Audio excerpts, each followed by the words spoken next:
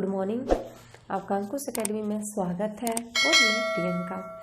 आज का जो क्लास है वो प्राचीन इतिहास में जो बौद्ध धर्म है उसी से है। आज का क्लास में हम लोग बौद्ध धर्म के बारे में जानेंगे कि बौद्ध धर्म का संस्थापक कौन थे और उनके बारे में पढ़ेंगे। तो सबसे पहले जो क्वेश्चन आता है कि बौद्ध धर्म के जो संस्थापक थे वे कौन थे।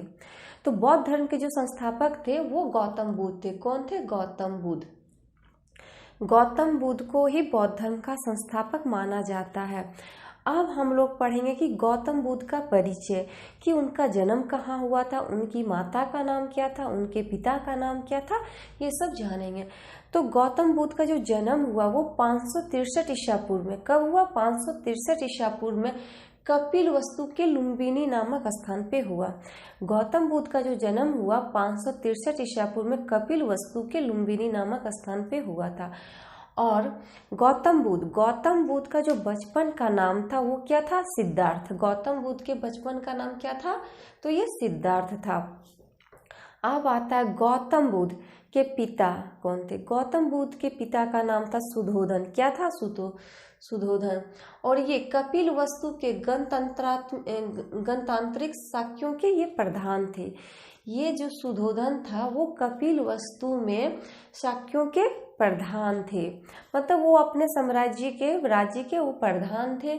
और इनकी माता, गौतम बुद्ध की माता का नाम था माया देवी। क्या नाम था? माया देवी।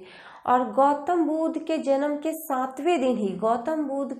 7वें दिन इनकी माता का देहांत हो गया, माया देवी का देहांत हो गया। तो गौतम बुद्ध का जो लालन पालन पोषण किया गया वो उनकी मौसी प्रजापति गौतमी ने की थी। गौतम बुद्ध का जो लालन पोषण किया गया था वो उनकी मौसी प्रजापति गौतमी ने की थी। अब आता है कि जो गौतम बुद्ध थे, जब गौतम बुद्ध का जन्म हुआ तब उनकी कुंडली को दिखाया गया एक ऋषि से। तो वो जो ऋषि थे वो ऋषि ने कहा कि ये तो गौतम बुद्ध जो है वो या तो बड़ा होके बहुत बड़ा राजा बनेगा या फिर वो एक बहुत बड़ा सन्यासी बनेगा। तो ये जो बात है, ये बात सुधोधन के मन में हमेशा डर रहता था कि या तो ये एक अच्छा राजा बनेगा, बड़ा राजा, या तो फिर वो एक बहुत बड़ा सन्यासी बनेगा। और जो सिद्धार्थ गौतम बुद्ध, उनका जो स्वभाव था वो उनका स्वभाव अलग था। एकांतवासी, मतलब अकेले में रहना पसंद करता था, घंटों तक जंगलों में बैठता था और किसी से बात तक नहीं करता था। ये सब चीज़ों को देखकर सुधोधन के मन में लगा कि इनकी शादी करा दें। इनका अगर शादी हो जाए तो वो पारिवारिक जीवन में व्यस्त रहेंगे। तो गौतम बुद्ध का 16 वर्ष की अवस्था में ही शादी हुआ। कितने वर्ष की अवस्था में? 16 वर्ष की। जब गौतम बुद्ध 16 वर्ष की आयु में थे उसी टाइम उनकी शादी करा दी गई। और उनकी पत्नी का नाम था यशोधरा। नाम था राहुल। मगर इतना हो जाने के बाद भी वो इन सब चीजों से दूर रहते थे। जब एक बार सिद्धार्थ अपने राज्य में एक बार भ्रमण करने के लिए निकले तब उन्होंने 4 दृश्यों को ऐसा देखा कि उनके मन में गृह त्याग करने का विचार आ गया। 4 चीजों को देखा था। क्या क्या देखा था? एक देखा वृद्ध व्यक्ति को देखना। जब वो अपने क्षेत्र में भ्रमण के लिए निकले तो उन्होंने एक बुढ़ा व्यक्ति को देखा। तो उनको पता नहीं था कि ये बुढ़ा क्या होता है, कि आगे की आयु में जाने के बाद बुढ़ावस्था आता है, वो उनको पता नहीं था। तो उन्होंने एक वृद्ध व्यक्ति को देखा। फिर थोड़ा देर आगे जाने के बाद उन्होंने एक रोगी को देखा। किसको देखा? एक रोगी को देखा जो बीमारी से पीड़ित था। उसके बाद कुछ देर के बाद एक मृतक को देखा। एक आदमी को देखा कि वहाँ वो सोया हुआ है और चारों तरफ से रोने की आवाज, विलाप करने की आवाज आ रही है। जब उन्होंने देखा तो ये बोला कि मृतक है। और फिर लास्ट में उन्होंने एक सन्यासी, फिर आगे कुछ दिन आगे जाने के बाद उन्होंने एक सन्यासी को देखा। ये जो चारों दृश्य को देखा उनके मन में आके बैठ गया कि जीवन में क्या क्या होता है। तो उन्होंने अब इन सब चीजों से प्रभावित होकर, ये सब चीजों को जो देखा, उनसे प्रभावित होकर उन्होंने गृह त्याग का फैसला किया। गौतम बुद्ध ने गृह त्याग का फैसला किया और 29 वर्ष की आयु में, कब? तो 29 वर्ष की आयु में उन्होंने गृह त्याग दिया। 29 वर्ष की आयु में उन्होंने गृह त्याग किया। और बौद्ध साहित्य में गृह त्याग को क्या कहा गया है? महाभीषणीकर्मण कहा गया है। बौद्ध साहित्य में गृह त्याग को क्या कहा गया है? महाभीषणीकर्मण कहा गया है। अब जो बुद्ध के गृह त्याग का जो प्रतीक माना जाता है, ये गौतम बुद्ध जब उन्होंने घर को त्याग किया तो उनका जो प्रतीक माना जाता है वो क्या माना जाता है? घोड़ा। और उनके घोड़े का नाम क्या था? तो कंथक। ये क्वेश्चन एक बार एग्जाम में क्वेश्चन बना था कि गौतम बुद्ध के घोड़े का नाम क्या था? तो कंथक था। क्या था? कंथक था। अब नेक्स्ट है, जब गौतम बुद्ध घर त्याग करके सन्यासी हुए तो उनके जो प्रथम गुरु थे, गौतम बुद्ध के जो प्रथम गुरु थे वो कौन थे? अलार कलाम। कौन थे? अलार कलाम। ये गौतम बुद्ध के प्रथम गुरु थे। और ये जो अलार कलाम थे वो साक्य दर्शन के आचार्य थे। ये जो अलार कलाम थे वो साक्य दर्शन के आचार्य थे। उनके एक और गुरु थे, गौतम बुद्ध के एक और गुरु थे, वो थे रुद्रक रामपूत। कौन थे? रुद्रक रामपूत उनके एक और गुरु थे। अब है, बुद्ध ने बोध गया में निरंजना नदी के तट पर कठोर तपस्या की। बुद्ध ने बोध गया में निरंजना नदी के तट पर कठोर तपस्या की तथा सुजाता नामक लड़की के हाथों से खीर खाकर उपवास को तोड़ा। जब उन्होंने कई सालों तक कठोर तपस्या की तो सुजाता नामक लड़की के हाथों से खीर खाकर उन्होंने अपना उपवास को तोड़ा। और 35 वर्ष की आयु में उन्होंने गृह त्याग किया। 29 वर्ष की आयु में और 35 वर्ष की आयु में, मतलब 6 वर्ष की कठोर तपस्या के बाद 35 वर्ष की आयु में बैसाख पूर्णिमा के दिन, ये जो बैसाख पूर्णिमा के दिन बोध गया में पीपल वृक्ष के नीचे उन्हें ज्ञान प्राप्त हुआ। गौतम बुद्ध को जो ज्ञान प्राप्त हुआ वो 35 वर्ष की आयु में बैसाख पूर्णिमा के दिन बोध गया में पीपल वृक्ष के नीचे उन्हें ज्ञान प्राप्त हुआ, जिसे क्या कहा जाता है? संबोधि। क्या कहा जाता है? संबोधि। और तब से महान गौतम बुद्ध प्रज्ञावान कहलाने लगे। जब इनको ज्ञान की प्राप्ति हुई तब वो प्रज्ञावान कहलाने लगे। और जो पीपल वृक्ष के नीचे गौतम बुद्ध को ज्ञान प्राप्त हुआ वो पीपल वृक्ष को क्या कहा लगा? तो बोधि वृक्ष कहा जाने लगा। गौतम बुद्ध को एशिया का कुंज भी कहा जाता है। ये भी इम्पोर्टेंट क्वेश्चन है। गौतम बुद्ध को एशिया का कुंज कहा जाता है। अगर इस तरह क्वेश्चन रहेगा कि एशिया का कुंज किसे कहा जाता है, तो गौतम बुद्ध को कहा जाता है।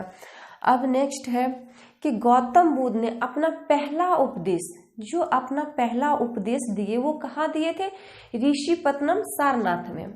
गौतम बुद्ध ने अपना पहला उपदेश कहाँ दिए थे? ऋषिपत्तनम सारनाथ में। और 5 ब्राह्मणों के बीच दिया गया था। कितने ब्राह्मणों के बीच? तो 5 ब्राह्मणों को दिया गया था, जिसे क्या कहा जाता है? धर्म चक्र परिवर्तन।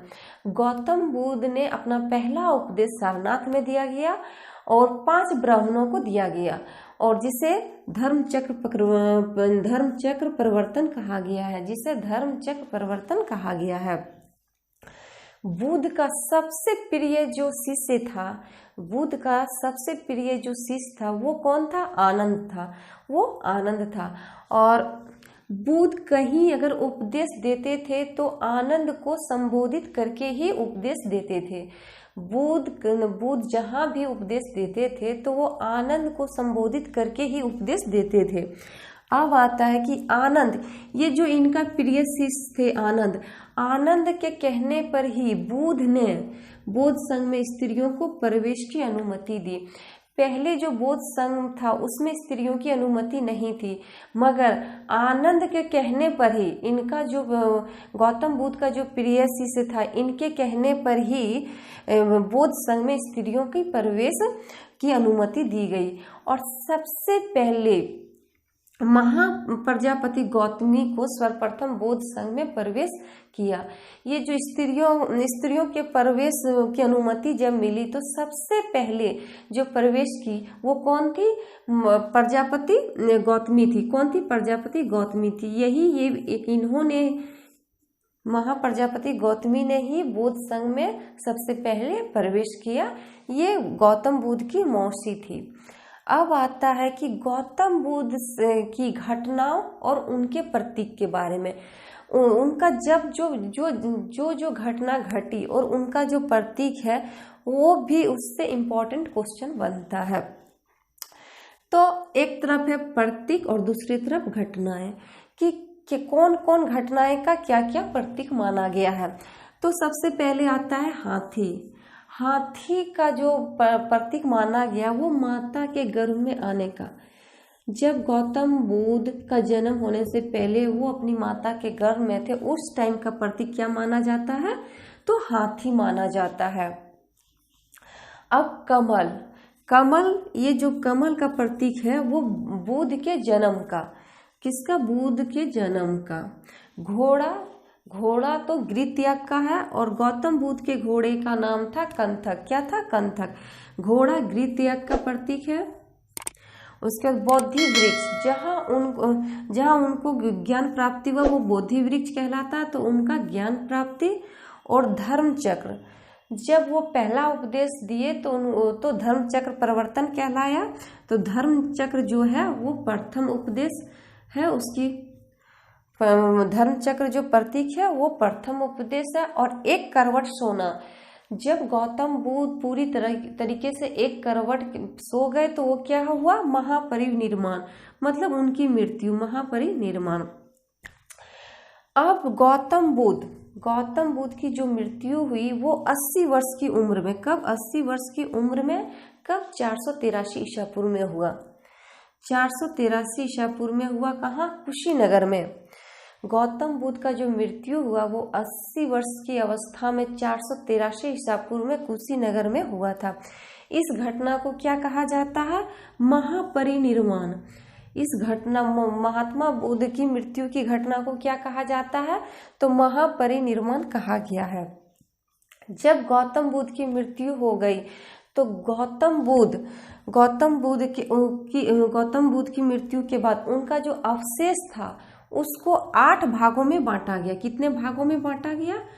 उनकी मृत्यु के बाद उनके अवशेषों को 8 भागों में बांटा गया और बांटकर 8 स्तूप का निर्माण किया गया। गौतम बुद्ध की मृत्यु, अब बुद्ध अनुयायी थे तो बौद्ध धर्म मानने वाले आनंद तो गौतम बुद्ध के प्रिय शिष्य थे। उपाली, फिर जीवक, फिर अजात शत्रु, जो हर्यंक वंश में अजात शत्रु थे, उन्होंने बौद्ध धर्म को अपनाया। फिर अशोक ने भी बौद्ध धर्म को अपनाया था। अब इसका अगला पढ़ेंगे कि बौद्ध संगीतियाँ, क्योंकि जब बौद्ध धर्म में 4 बौद्ध संगीतियाँ हुआ था। कितना हुआ था? तो 4 बौद्ध संगीतियाँ हुआ था। तो ये जो बौद्ध संगीतियाँ हैं कब, किस स्थान पे, और जब ये बौद्ध संगीतियाँ हो रहा था तो किसके शासन काल में हुआ था और इसके अध्यक्ष कौन थे, तो ये पढ़ेंगे। तो सबसे पहले जो प्रथम बौद्ध संगीति हुआ ये है बौद्ध संगीतियाँ। जो प्रथम बौद्ध संगीति हुआ वो हुआ कब? 483 ईसा पूर्व में। कब हुआ? 483 ईसा पूर्व में। जो पहला बौद्ध संगीति हुआ वो कब हुआ? 483 ईसा पूर्व में। कहाँ पे? तो राजगीर में। स्थान में कहाँ पे हुआ? तो ये राजगीर में हुआ। और इसके जो अध्यक्ष थे, इसके जो प्रथम बौद्ध संगीति के अध्यक्ष थे वो कौन थे? महाकश्यप थे। प्रथम बौद्ध संगीति का जो अध्यक्ष थे वो महाकश्यप थे। और किसके शासन काल में हुआ था? तो अजात शत्रु के शासन काल में। प्रथम बौद्ध संगीति जो हुआ था वो अजात शत्रु के शासन काल में हुआ था। अब द्वितीय बौद्ध संगीत 383 ईसा पूर्व में। कब हुआ? 383 ईसा पूर्व में। कहाँ पे हुआ? तो ये वैशाली में हुआ। दूसरा जो द्वितीय बौद्ध संगीति हुआ वो 383 ईसा पूर्व में, और कहाँ पे, तो वैशाली में। और इसके अध्यक्ष कौन थे, साबाकामी। जो दूसरा बौद्ध संगीति हुआ उसका अध्यक्ष था साबाकामी, और ये किसके शासन काल में हुआ था, तो कालाशोक। द्वितीय जो बौद्ध संगीति हुआ वो कालाशोक के शासन काल में हुआ था। अब तृतीय बौद्ध संगीति हुआ था 291 ईसा पूर्व। तृतीय जो बौद्ध संगीति है वो 291 ईसा पूर्व में हुआ था, और कहाँ पे हुआ था, तो पाटलिपुत्र में। कहाँ पे हुआ था, तो तीसरा कहाँ पे हुआ था, तो पाटलिपुत्र में। और इसके अध्यक्ष कौन थे, मोगलीपुत्र तिस्सय। जो तृतीय बौद्ध संगीति हुआ उसका अध्यक्ष थे मोगलीपुत्र तिस्सय। मोगलीपुत्र शासन काल में हुआ। तो तृतीय बौद्ध संगीति जो हुआ वो अशोक के शासन काल में हुआ। किसके शासन काल में हुआ, तो अशोक के शासन काल में हुआ। और चौथा जो बौद्ध संगीति हुआ वो 98 ईस्वी में हुआ। कब हुआ, तो 98 ईस्वी में हुआ। और कहाँ पे हुआ, तो कुंडलवन। कहाँ पे, कुंडलवन। और ये कुंडलवन कश्मीर में है। ये कुंडलवन जो है वो कहाँ पे है, तो कश्मीर में है। और वो अध्यक्ष कौन थे, वसुमित्र। जो चतुर्थ बौद्ध संगीति हुआ उसके अध्यक्ष कौन थे, तो वसुमित्र थे, अश्वघोष। और ये चतुर्थ बौद्ध संगीति हुआ वो किसके शासन काल में हुआ, तो कनिष्क। किसके शासन काल में हुआ, तो कनिष्क के शासन काल में हुआ। ये जो 4 बौद्ध संगीति हुआ वो किसके किसके शासन काल में हुआ, कौन कौन अध्यक्ष थे, ये क्वेश्चन एग्जाम में आते रहता है, तो इसको अच्छे से देख लीजिएगा। और किस किस वर्ष हुए थे। तो जो चतुर्थ बौद्ध संगीति हुआ था वो कनिष्क के शासन काल में हुआ था। कहाँ पे, तो कुंडलवन। कुंडलवन कहाँ है, तो कश्मीर में। अब है नेक्स्ट क्वेश्चन कि बुद्ध ने लगातार भ्रमण कर 40 साल तक उपदेश दिया। जो बुद्ध थे, गौतम बुद्ध, उन्होंने 40 साल तक भ्रमण करके घूमते हुए वो अपना उपदेश दिए। और उपदेश जो दिए वो किस भाषा में दिए, तो पाली भाषा में दिए। किस भाषा में दिए, पाली भाषा में। सिर्फ वर्षा ऋतु को छोड़कर, वो जितना भी ऋतु है सब ऋतुओं में से वर्षा ऋतु को छोड़कर पूरे उपदेश दिए। कितना सालों तक, 40 साल तक उपदेश दिए। अब नेक्स्ट है सबसे ज्यादा उपदेश। जो गौतम बुद्ध ने सबसे ज्यादा उपदेश दिया था वो कहाँ दिया था, श्रावस्ती में। कहाँ, श्रावस्ती। और श्रावस्ती किस प्रदेश की राजधानी है, तो ये कौशल प्रदेश की राजधानी है। किसकी राजधानी है, तो कौशल प्रदेश की राजधानी है। गौतम बुद्ध ने सर्वाधिक उपदेश कहाँ दिए थे, तो श्रावस्ती में दिए थे। और श्रावस्ती कौशल प्रदेश की राजधानी है। अब है कि बौद्ध धर्म के त्रिरत्न है। बौद्ध धर्म के कौन कौन त्रिरत्न हैं, तो ये बुद्ध, धम्म और संघ। ये बौद्ध धर्म के त्रिरत्न है। कौन कौन, बुद्ध, संघ और धम्म। ये बौद्ध धर्म के त्रिरत्न है। और जो बौद्ध धर्म है वो ईश्वर एवं आत्मा को नहीं मानता है। ये जो बौद्ध धर्म है उसमें वो ईश्वर और आत्मा को नहीं मानते हैं। बौद्ध धर्म अपने कर्म और पुनर्जन्म पर विश्वास रखते थे। बौद्ध धर्म में ज्यादातर कर्म पर विश्वास रखते थे, अपने कर्म पे। उसमें ईश्वर की मान्यता नहीं दी गई है, उसमें ईश्वर को नहीं माना जाता था। वो अपने कर्म को ही मानते थे कि हम जैसे कर्म करेंगे वैसे होगा। अब है बुद्ध ने सांसारिक दुखों के संबंध में 4 आर्य सत्य का उपदेश दिया। जो गौतम बुद्ध थे उन्होंने दुख का जो कारण बताया वो 4 आर्य सत्य बताया। कितना बताया, 4।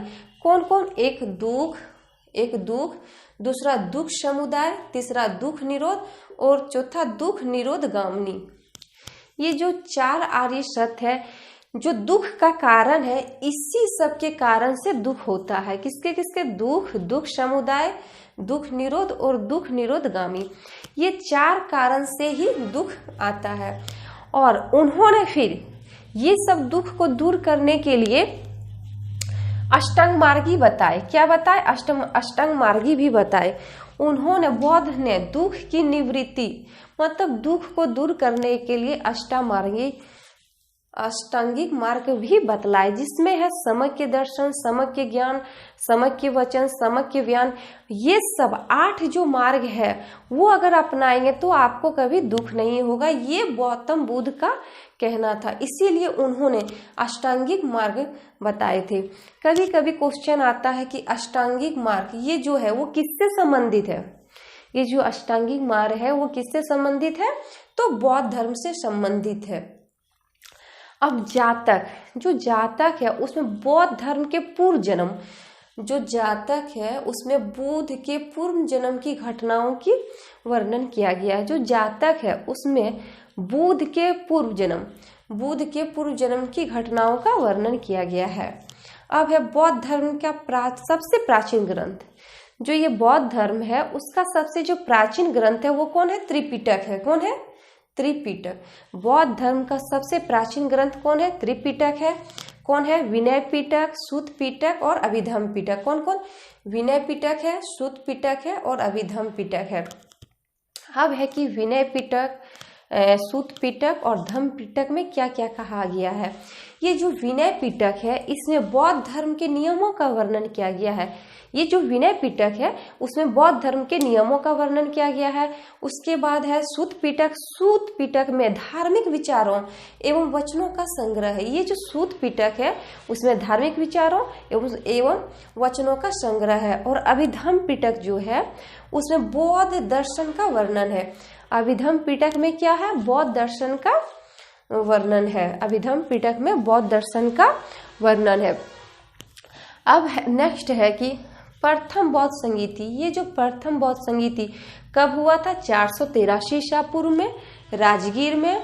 और किसके अध्यक्ष कौन थे, महाकश्यप। और किसके शासन काल में, तो अजातशत्रु के शासन काल में। जो प्रथम बौद्ध संगीति में विनय पिटक, प्रथम बौद्ध संगीति में विनय पिटक उपाली के नेतृत्व में, ये जो विनय पिटक है उसको उपाली के नेतृत्व में लिखा गया, विनय पिटक को। और सूत पिटक जो है, सूत पिटक है जिसमें धार्मिक विचारों का संग्रह है, उसको आनंद के नेतृत्व में लिखा गया। किसके नेतृत्व में लिखा गया, आनंद के नेतृत्व में लिखा गया। प्रथम बौद्ध संगीति के समय ही विनय पिटक वो उपाली के नेतृत्व में लिखा गया और सूत पिटक है वो आनंद के नेतृत्व में लिखा गए। और तृतीय बौद्ध संगीति, जो तृतीय बौद्ध संगीति कब हुआ था, 291 ईसा पूर्व में। कहाँ पे, तो पाटलिपुत्र में हुआ था। तो तृतीय बौद्ध संगीति में मोगलीपुत्र तिसय है, जो मोगलीपुत्र तिसय है उन्होंने अभिधम्म पिटक का संकलन किया। क्वेश्चन इस तरह भी आता है कि अभिधम्म पिटक का संकलन किसने किया, तो मोगलीपुत्र तिसय ने किया था। किसने किया था, मोगलीपुत्र तिसय ने अभिधम्म पिटक का संकलन किया। तो ये जो अभिधम्म पिटक है, ये जो अभिधम्म पिटक है उसको तृतीय बौद्ध संगीति में इसका संकलन किया गया। और प्रथम बौद्ध संगीति में ही विनय पिटक और सूत पिटक को लिखा गया। अब है चतुर्थ बौद्ध संगीति। जब चतुर्थ बौद्ध संगीति हुआ 98 ईस्वी में, कब 98 ईस्वी में, कहाँ, कुंडल वन में कुषाण के भागों में बंट गए।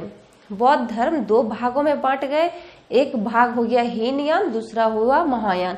एक हीनयान और दूसरा महायान। चतुर्थ बौद्ध संगीति जो था उसमें बौद्ध धर्म 2 भागों में बंट गए।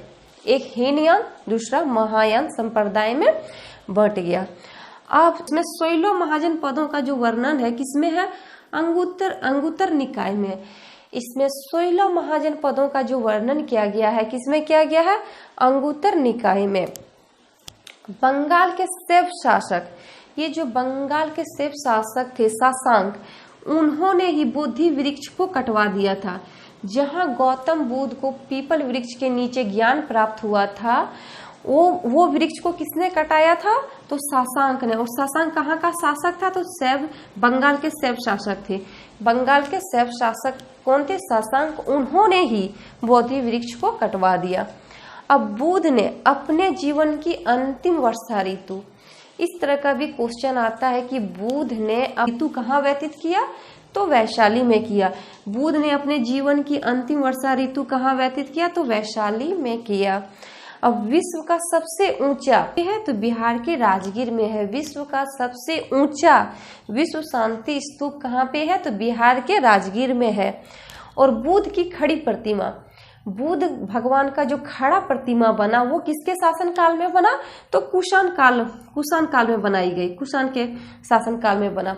बुद्ध की जो खड़ी प्रतिमा बनाई गई वो किसके शासन काल में बनाई गई तो कुषाण काल में बनाई गई।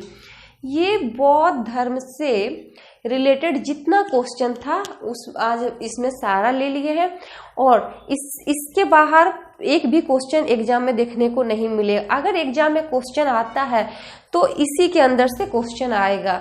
तो इस वीडियो को अच्छे से देखिए, शेयर कीजिए और जो इस चैनल पे नए हैं वो चैनल को लाइक करें, सब्सक्राइब करें और ज़्यादा से ज़्यादा शेयर करें। Thank you.